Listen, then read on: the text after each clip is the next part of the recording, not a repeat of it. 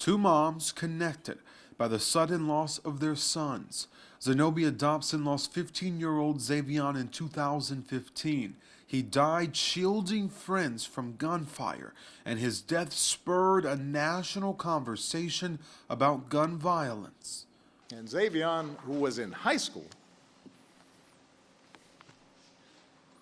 hadn't even gotten started in life, dove on top of three girls to shield them from the bullets. And he was shot in the head. Stephanie Taylor lost 15-year-old Justin less than a month ago. He died after he was shot by a friend. An entrepreneur already known for his work ethic, his family says Justin was always the first one up in the house. Leave the house is like 8, 9 o'clock in the morning. I love y'all. I'm finna go to work. Like, that young, 8, 9 o'clock in the morning. No. Facing a rash of gun violence after the deaths of 3 Knoxville teenagers in as many weeks, Zenobia and Stephanie sat down for a wide-ranging conversation, from how easy it is for young people to get a gun to how the entire community has to make stopping the violence a priority, and what individual families can do to help. But we begin with the shared grief of 2 mothers enduring the pain of losing a child.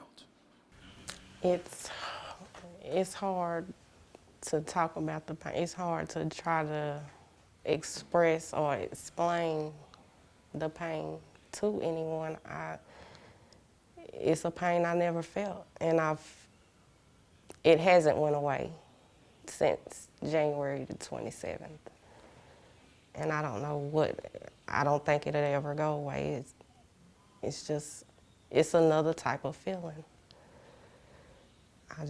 I don't even know how to explain it.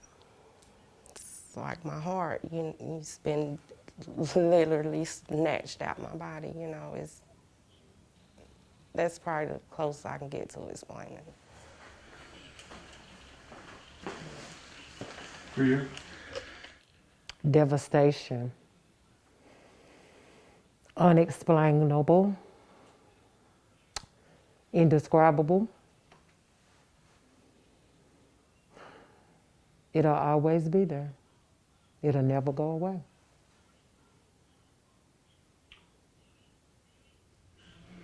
I think losing a child could be, no matter what stage or how, is difficult.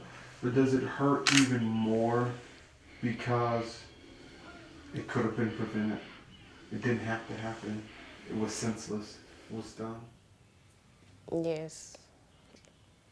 His life was taken from him at such an early age. Yes, it does.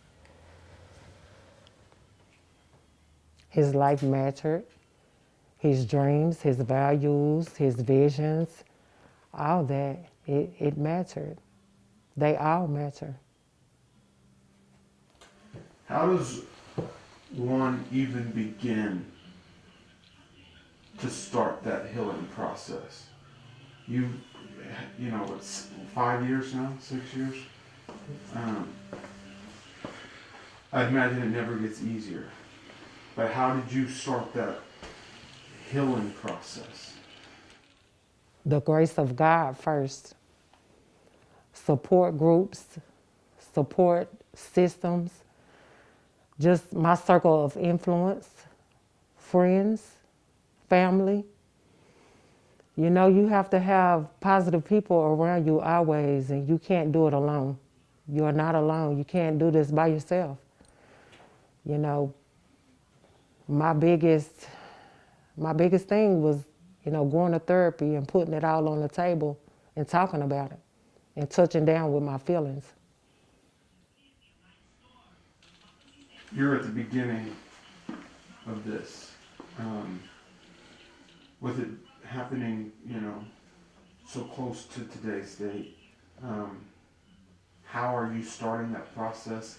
What roadblocks, what challenges have presented themselves over the last 3 weeks for you? Getting out of the bed, starting my day. It's hard. Very hard. And I just have to remind myself, like Zenobia said, God first. God's giving me the strength to get out the bed. Then next, I still have children at home. My husband, we're a family. We still have to live and try to survive the best we can, without Justin, and still try to keep his name alive and, living in our hearts, Trying to adjust without living without him. It's hard. Where does that strength come from? I mean, it's 3 weeks. How do you have that much strength? How can you do this right now?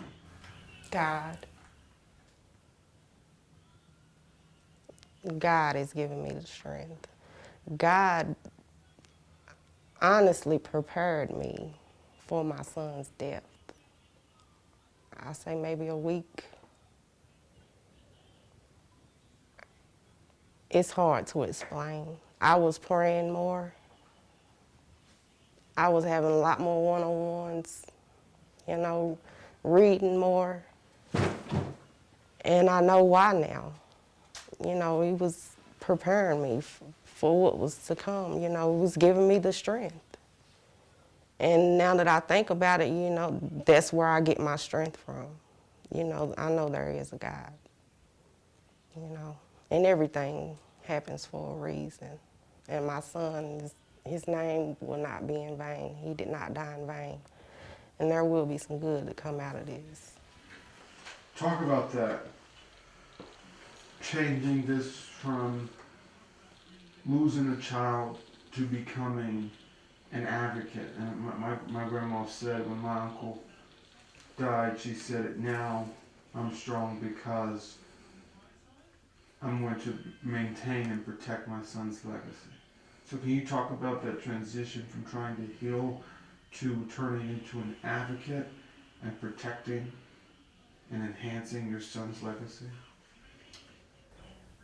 I think I've always had a calling of being an advocate, to be out in the community, to speak, to help the community. But I've always been a shy person into myself.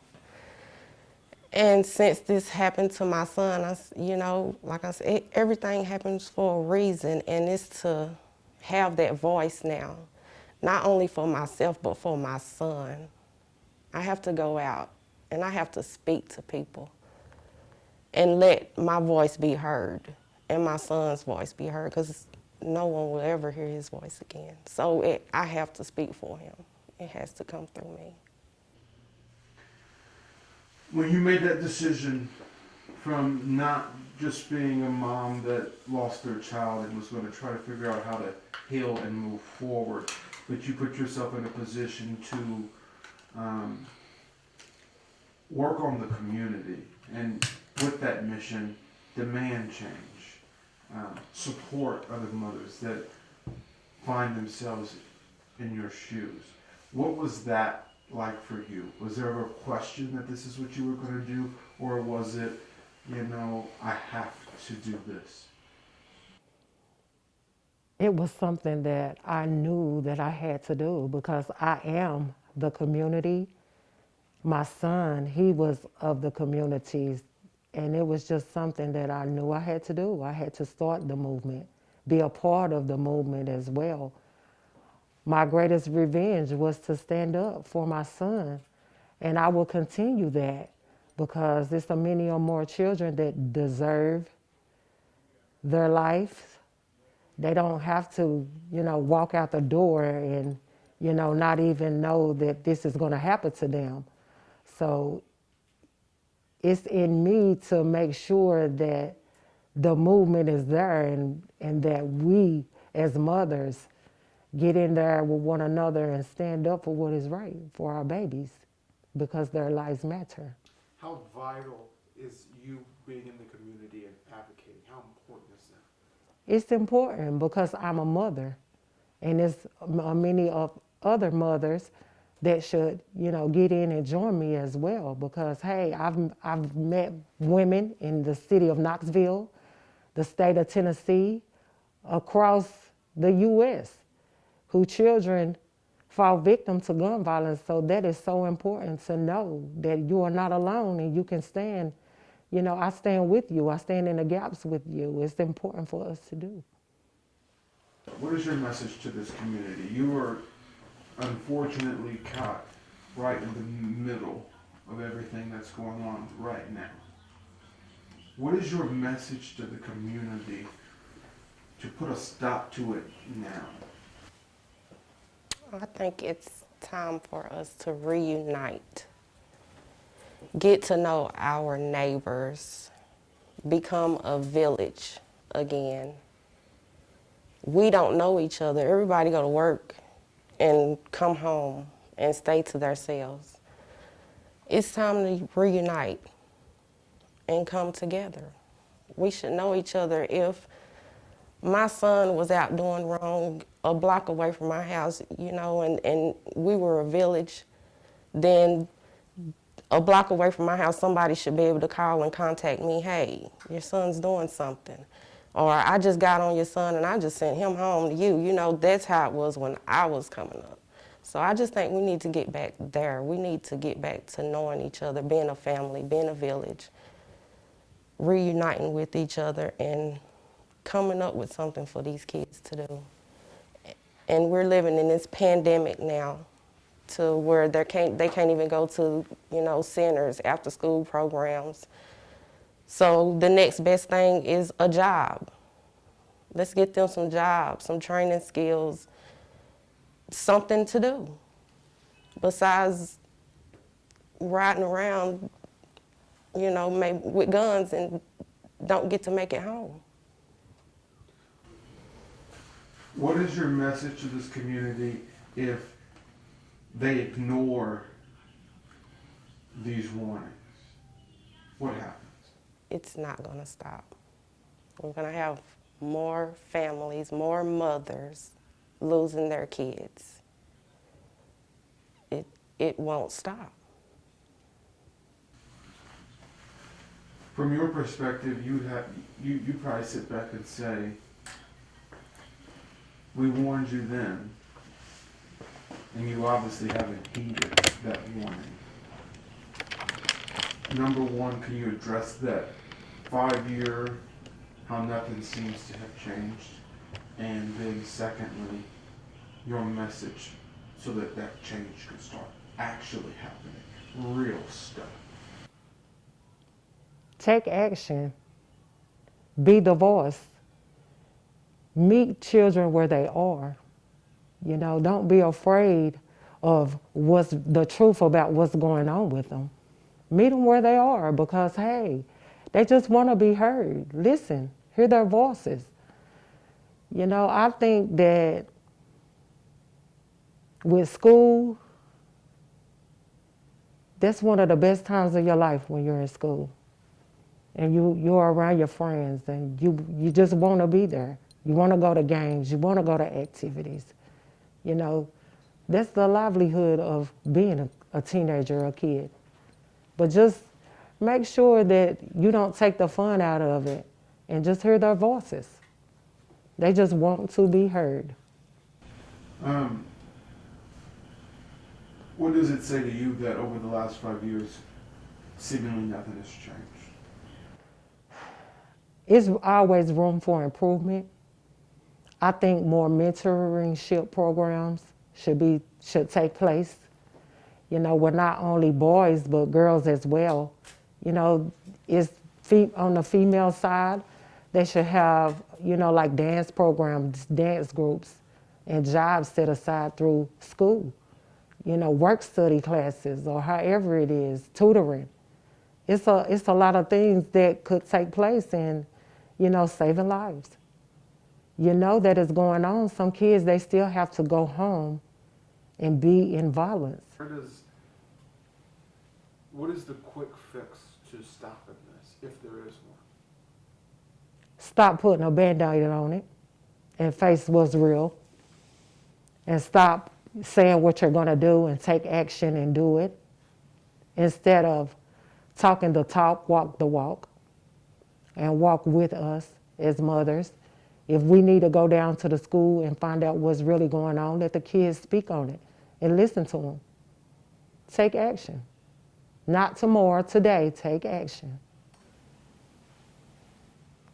I agree. Just take action. Continue taking action. You know, it'll go on for a week, 2 weeks consistently, and then it'll let up.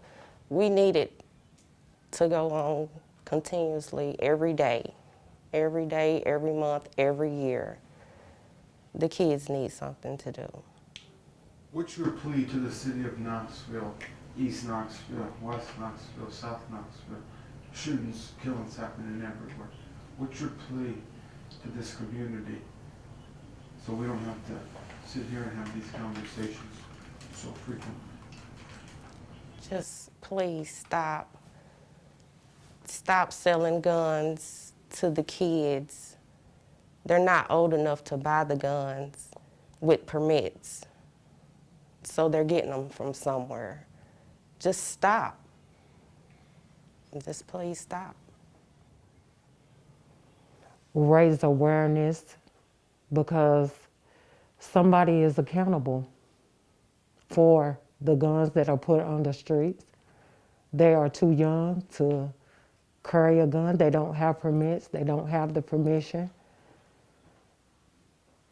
Social media is another avenue where kids are exposed to guns. You know, sometimes you're going to have to dig deeper than you are and just be real and tell the truth and stop sugarcoating and stop putting Band-Aids on it and take the action. Do you have a message for the city leaders?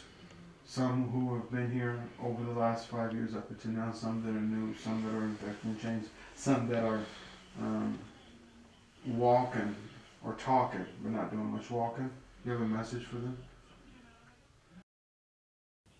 Let's take some of these funds that are being provided and get some programs for these teenagers. A lot of programs that are out here, the age limit is cut off, I think, at maybe 14. We need programs for our teenagers that are 14 through 18. And I'm pretty sure there's funding out there. Let's take that money and do the right thing with it for our children. Do you think that's a big part of it? The opportunities, but beyond the opportunities, do you think there's that? A lot of these kids, they don't see a pathway to success. They see, okay, I'm going to be here in East Knoxville, I'm going to be here in Knoxville my whole life. They don't really see the college, or if I don't choose to go to college, then, you know, I'll get a 9 to 5, I'll work, and I can do that. They don't have the, you know, ability to think bigger, to reach for their goals, to reach for the stars. Do you think that, you know, shortness of opportunity plays a part in the easiness it is for these kids to get pulled in, to get sucked into this activity? Take them out of poverty because it's more, you know, I know they have dreams and they have visions, and follow your dreams and dream big. Dream big. You know, go visit colleges. Take me out of town. Take a bus and take the kids to another city so that they can be exposed to what's going on in different places. Some kids, this is all they know. This is all their life. This is all they know. But expose them to something more than what they see. What does that take? It takes guidance. It takes teachers. It takes mentors. It takes the community. It takes us all, the parents. I'm not just going to put it all off on the schools, but it's going to start at home, for one thing, to be able to take your kids somewhere. Come get them. Come get them. Come get them.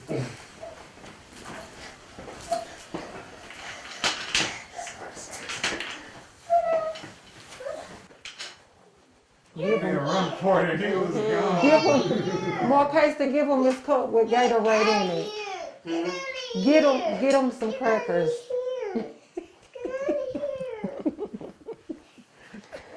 You know exactly what to do.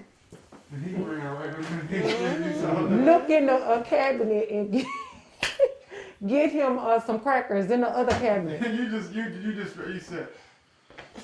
Come and get him. Come and get him.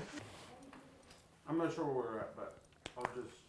Well, you were just saying that, you know, I was saying following their visions and, you know, let them see something more than what's going on. Because when you ride down Magnolia or when you roll through Lonsdale, that's all you see. That's all you've grown up to see all your life. But take them places. And, you know, parents should be able to afford it. Some parents can't do it. But make it affordable for them to be able to go on college visits and go, you know, to games and stuff like that in different cities. How vital, how important, how necessary is it that this community comes together right now? It's very important. If what's went on in the past 3 weeks is not vital to the community, then I don't know what will be.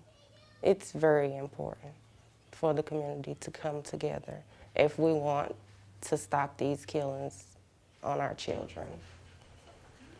You're in the seat, so nobody is experiencing what you're experiencing, or the vast majority of us are not experiencing what you're experiencing. So, if you can, please help us out. How do we heal from this? How do we move on? How do we not think about this? And I know we have to think about it and work in action, but just from a perspective of just trying to heal and take care of ourselves. How do we do that? We have to be there for one another. We have to be there for one another and pray and keep your faith, because that is the only thing that is keeping me together right now. It's praying and having faith and family close by me. It's keeping me strong. What does healing for this community look like in your eyes? Keeping my circle of influence, communicate with all the kids. You know, just ask them how their day may be. That's all they want is for someone to care. Make sure you show the love and care about them. Like I said, that's all they want is to be heard and to be loved. And if we come together and unify together, we can do this. We can make changes. We can demand changes. We can show them what we want and tell them that, hey, it's going to be like this or no other way. We're not going to have it no other way. We're not going to just keep tolerating this. You know, it's not right for our kids to keep losing their lives to gun violence. There is no way that another child should lose their life. Is there anything I haven't asked you that you want to address? Talk to the camera, talk to me, talk to the community, talk to the kids, whatever you want to address, whoever you want to address. What's your message? The kids. Because a lot of this has to do with the kids. All of this is about the kids. You all know what's right and wrong. A lot of you all come from a household where you all were taught what was right and what was wrong. Stop buying guns. Stop joining gangs. And be kids so you can have a longer life, fuller life. A lot of kids can't even be kids nowadays. That's all I can say. I just want the kids to know what it's like to be kids, and they don't.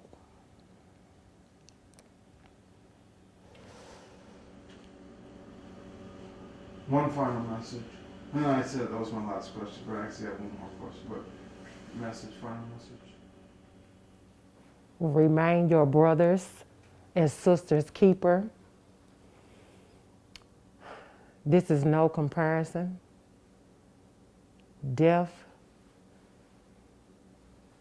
With death, we all hurt, we are all in pain. The way we hurt and the way we see all this happening, we can come together as one and unify and make it happen for the children in the city of Knoxville. And my last question is, and I want this because I think this is a huge part of it, and it's what's happening at home. And, you know, like what we were just talking about with the 17-year-old who either his parents knew and didn't care or they didn't know. Can you talk about, number one, the pain, relate to those parents, the pain, what it's like to lose a child, and then second, a message, because at the end of the day, it starts at home. And there needs to be more resources. The schools need to do a better job. But these parents have to care more. So, message to how much you do not want to be sitting in that chair. Relate that to what you want parents to know. Losing a child hurts. I can't explain the hurt. If you have children in your home and you know that your children have guns or have any dealings, any illegal activities going on in these streets, then you need to sit down and have a talk with your children. So you won't be sitting where I'm sitting, you know, crying and pleading and wishing your child was here. You know, you parents still have the chance to save their children. If your child is still living, you still have an opportunity to save your child. For me, it's too late. It's too late. And so safeguarding them is more important than ever. It's important.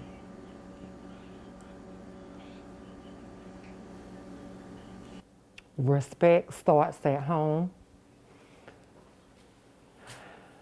Hold your children accountable. Make sure that they respect themselves. If they respect themselves, they will respect others. Hold them accountable to the truth in the matter of what's really going on with them. If you know that they're doing wrong, take action. And if you feel that you fail as a parent with that, it's someone that can handle those situations if you can at home. But just make sure that you hold your kids accountable to what's wrong anyhow. If they're doing right, they're on the right path. And you don't have to really just stay in their faces because you already know that they're doing good or making good grades and all that in school. And make sure that their peers are positive. Make sure they have positive role models and positive friends because some kids are easily influenced, and just make sure that they are hanging in safe havens, safe places. Is there anything else I did not address that you guys think is important to say at this point, at this juncture?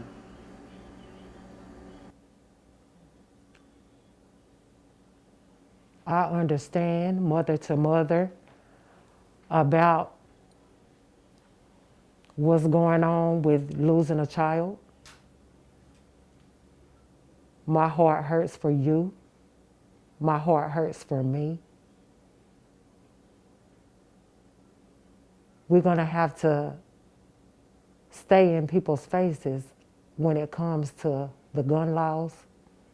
We're going to have to make our legislators responsible for what's going on as well, because we can't leave them out. They are making the laws and they are making the rules, and we have to put pressure on them about the laws. And when people break laws, they should be held accountable for them. And they shouldn't make it easy for people to have access to carrying guns. Will you address the importance of that? I know You know, we talked about it briefly last time, but that not giving them a slap on the wrist. When you have these people that are committing these atrocities in our community, how important it is for our officials and our law enforcement and our systems to hold them accountable for their actions. It's very important that they don't get a slap on the wrist. They need to be held accountable. If they do the crime, they need to do the time. To speak life into our babies. And I try and I go and I think and I try to ask myself why I'm not balled up in a knot and, you know, crying and screaming and hollering and giving up on life. And I think about my relationship with my son, and I did not fail Justin. I was a good mother to Justin. Every single time I talked on the phone to Justin, before we hung up that phone, I told him I love him, and he told me he loved me back. Any family member I talk to on the phone, anybody that I have a close relationship with on the phone, before we hang up, I say, I love you. So when I think about our times together, you know I did what I was supposed to do, so I don't hold any guilt. You know, he's at peace, and I'm at peace, knowing that my son is at peace. And I wanted to tell Stephanie myself that I admire you as a mother. I admire your walk and I admire your journey. And it's, you know, it's not going to be a day gone by that you won't forget about your son. You cherish every moment that you have, and you just keep hope alive. Mother to mother, you know, this movement has started. It's something that I didn't choose. It's something that you didn't choose as well. But when it comes to your son, stand up for him. Fight for your baby. Thank you. I appreciate the time. Appreciate the care. Appreciate the willingness to advocate and speak for your community. Not a lot of people are willing to do that. And it's not easy, and it's a burden. Because while you're doing this, when I'm calling you 3, 4, 5 times a day trying to get you to do an interview. Justin, I'm at work. I said I'm with my sweetheart. You know? But every time we have these conversations and I'm calling, we want to talk, I know it just brings that trauma back to you. It just For you, opened up it's the so- scab. It's so recent that it's not even, you know. So thank you for sitting down with us. Thank you for making your voices heard, and we really do appreciate it.